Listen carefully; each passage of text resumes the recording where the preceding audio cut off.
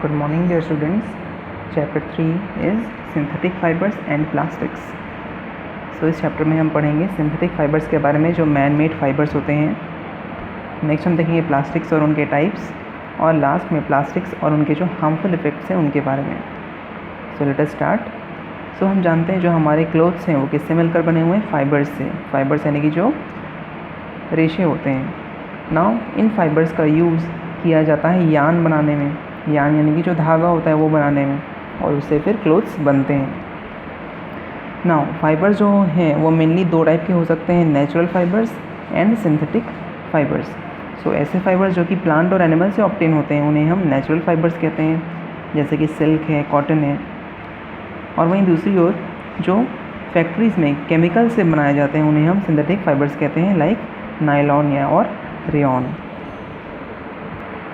Class 7th में हमने जो नेचुरल फाइबर है वूल और सिल्क इसके बारे में पढ़ा हुआ है। इस क्लास में हम सिंथेटिक फाइबर के बारे में पढ़ेंगे, उनकी प्रॉपर्टीज़ के बारे में पढ़ेंगे और उनके यूजेस को देखेंगे। देखते हैं सिंथेटिक फाइबर्स। सिंथेटिक फाइबर्स जो होते हैं वो छोटे यूनिट के चेन से मिलकर बने होते हैं जिन्हें मोनोमर्स कहा जाता है। ओके, जो छोटा यूनिट है वो है मोनोमर, और जब इन मोनोमर्स का एक लॉन्ग चेन बन जाता है तो उसे हम कहते हैं पॉलीमर। देखिए, मोनो का मतलब होता है सिंगल और मर जो है वो है यूनिट, तो सिंगल यूनिट है ये मोनोमर। पॉली का मतलब होता है बहुत सारा, मैनी। ओके, और मर का मतलब यूनिट्स। तो बहुत सारे जब मोनोमर ज्वाइन होकर ये चेन बनाते हैं तो उसे हम पॉलीमर कहते हैं। इसे हम इस तरीके से समझ सकते हैं, जैसे कि एक बीड है ये मोनोमर है, और अगर हम ऐसे बहुत सारे बीड्स को एक स्ट्रिंग में अगर हम डाल देते हैं तो वो क्या हो जाएगा? पॉलीमर बन जाएगा। यानी कि बहुत सारे मोनोमर्स ज्वाइन होकर एक बड़ा यूनिट बनाते हैं जिसे पॉलीमर कहा जाता है। अब जिस प्रोसेस से मोनोमर को ज्वाइन करके पॉलीमर बनाया जाता है उसे कहा जाता है पॉलीमराइजेशन। क्या कहते हैं उसे? पॉलीमराइजेशन। ओके, जो सिंथेटिक फाइबर्स हैं वो इन्हीं पॉलीमर से मिलकर बने हुए होते हैं। चलिए अब हम कुछ सिंथेटिक फाइबर्स देख लेते हैं, जिसमें फर्स्ट है रेयॉन। नाउ जो रेयॉन है वो एक सिल्क जैसा अपीयरेंस हमें देता है, और इसे सिल्क के अल्टरनेटिव फॉर्म के लिए ही इसे बनाया गया था, और इसीलिए इसका नाम जो है वो है आर्टिफिशियल सिल्क। रेयॉन जो है वो एक नेचुरली ऑकरिंग पॉलीमर सेल्यूलोज से ऑब्टेन किया जाता है, बनाया जाता है। और सेल्यूलोज कहाँ से मिलता है? वुड पल्प से मिलता है। अब इसमें तो नेचुरल चीज़ का यूज़ हो रहा है, फिर इसे हम आर्टिफिशियल क्यों हम काउंट करते हैं? क्योंकि सेल्यूलोज को इतना ज़्यादा केमिकल से ट्रीट किया जाता है, ओके, तब जाकर वो रेयॉन बनता है, और इसीलिए इसे हम सिंथेटिक फाइबर कहते हैं। इसके हम कुछ प्रॉपर्टीज़ देख लेते हैं। प्रॉपर्टीज़ ऑफ रेयॉन आर, पहला है it is shiny and lustrous. ये अपीयरेंस में शाइनी और लस्ट्रस होता है, चमकदार होता है।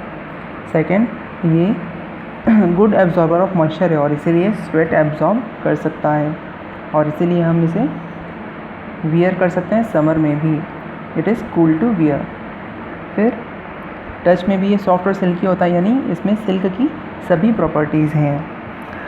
ये जो नेचुरल फाइबर्स हैं उनसे काफ़ी सस्ता होता है, चीपर होता है, और इसे हम वूल और कॉटन जैसे फाइबर्स में ईजिली मिक्स कर सकते हैं। रेयॉन का यूज़ शर्ट्स, टाइज के फैब्रिक बनाने में यूज़ होता है, बेडशीट बनाने में यूज़ होता है, कारपेट्स बनाने में यूज़ होता है, बैंडेजेस और टायर कॉर्ड्स बनाने में यूज़ होता है।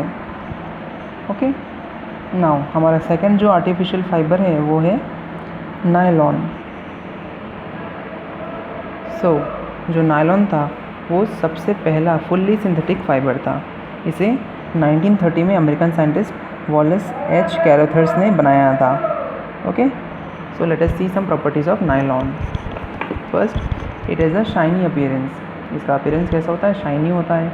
ये इलास्टिक इन नेचर होता है, और कई बार यूज़ करने के बाद भी अपना जो स्ट्रेंथ है वो लूज़ नहीं करता।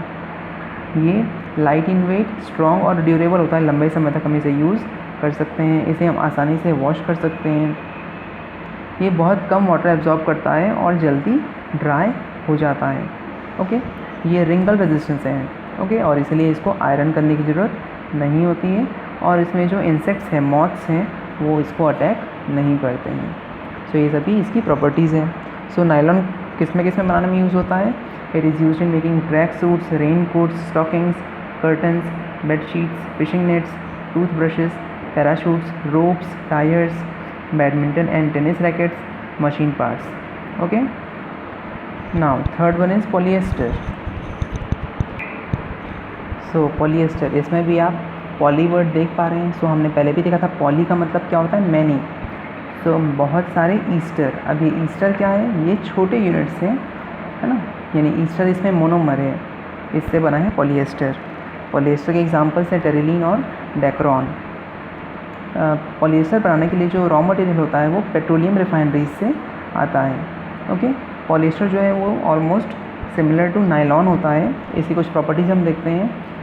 इसमें भी रिंकल्स नहीं होते हैं। ओके, ये भी स्ट्रॉन्ग होता है और इसका वेट लाइट होता है। ये बहुत कम वाटर एब्जॉर्ब करता है, जल्दी ड्राई अप हो जाता है और इसे हम आसानी से अलग अलग कलर्स में डाई कर सकते हैं। नाउ इसके यूजेस देख लेते हैं हम। पॉलिएस्टर जो है वो सेल बोट्स बनाने में काम में आता है। PET, पॉलीइथाइलिन टेरिप्थैलेट, ये जो है ये सबसे कॉमन पॉलिएस्टर है जो कि jar, water bottles, shirts, dresses, saris, bedsheets और कारपेट्स बनाने में यूज़ किया जाता है। पॉलिएस्टर का जो अच्छा यूज़ है वो ये है कि हम इसको आसानी से दूसरे फैब्रिक के साथ, दूसरे फाइबर के साथ मिक्स कर सकते हैं और ब्लेंडेड फैब्रिक्स बना सकते हैं, जैसे कि टेरिकॉट, टेरिलीन और कॉटन को मिलाकर टेरिकॉट बना सकते हैं। पॉली कॉटन, पॉलिएस्टर और कॉटन को मिलाकर, टेरी सिल्क, टेरिलीन और सिल्क को मिलाकर, और टेरी वूल, टेरिलीन और वुल को मिलाकर। Okay, now next fibre is acrylic. So acrylic जो है वो वूल की प्रॉपर्टीज़ को रिजेंबल करता है, यानी हम इसे आर्टिफिशियल वूल कह सकते हैं। ये वूल से सस्ता भी होता है और लंबे समय तक चलता भी है। एक्रेलिक को हम एक्रिलन भी कहते हैं। कुछ जो फेमस एक्रेलिक फाइबर्स हैं वो हैं ऑर्लॉन, कैशमेलॉन, एक्रिलॉन। ओके, एक्रेलिक की कुछ प्रॉपर्टीज़ हैं कि ये सॉफ्ट और लाइट होता है, इजी टू वॉश और जल्दी ड्राई अप हो जाता है। ये श्रिंक नहीं होता है ना, और स्ट्रेच और रिंकल भी नहीं होता है, और इस पर केमिकल्स और जो इंसेक्ट्स हैं, मॉथ्स हैं, वो उसका इफ़ेक्ट भी नहीं होता है। एक्रेलिक का यूज़ किया जाता है सॉक्स बनाने में, स्वेटर्स, शॉल्स बनाने में, और साथ ही साथ ब्लैंकेट्स और रग्स बनाने में। नाउ जो नेक्स्ट फाइबर है वो है लाइक्रा। नाउ जो लाइक्रा है वो एक सिंथेटिक पॉलीमरिक फाइबर है जिसे स्पेंडेक्स भी कहा जाता है। ओके, जिसमें ये सॉफ्ट भी होता है और इलास्टिक भी होता है, जैसे कि रबर के समान। ओके, तो इसको हम स्ट्रेच कर सकते हैं और ये फिर से अपने ओरिजिनल शेप में आ जाता है, और इसीलिए ये क्लोथ्स जैसे कि अंडरगारमेंट से, स्विम सूट से, इनको बनाने में यूज़ किया जाता है। Okay, so students, now will start from activity 2 in the next class. Okay, till then, goodbye.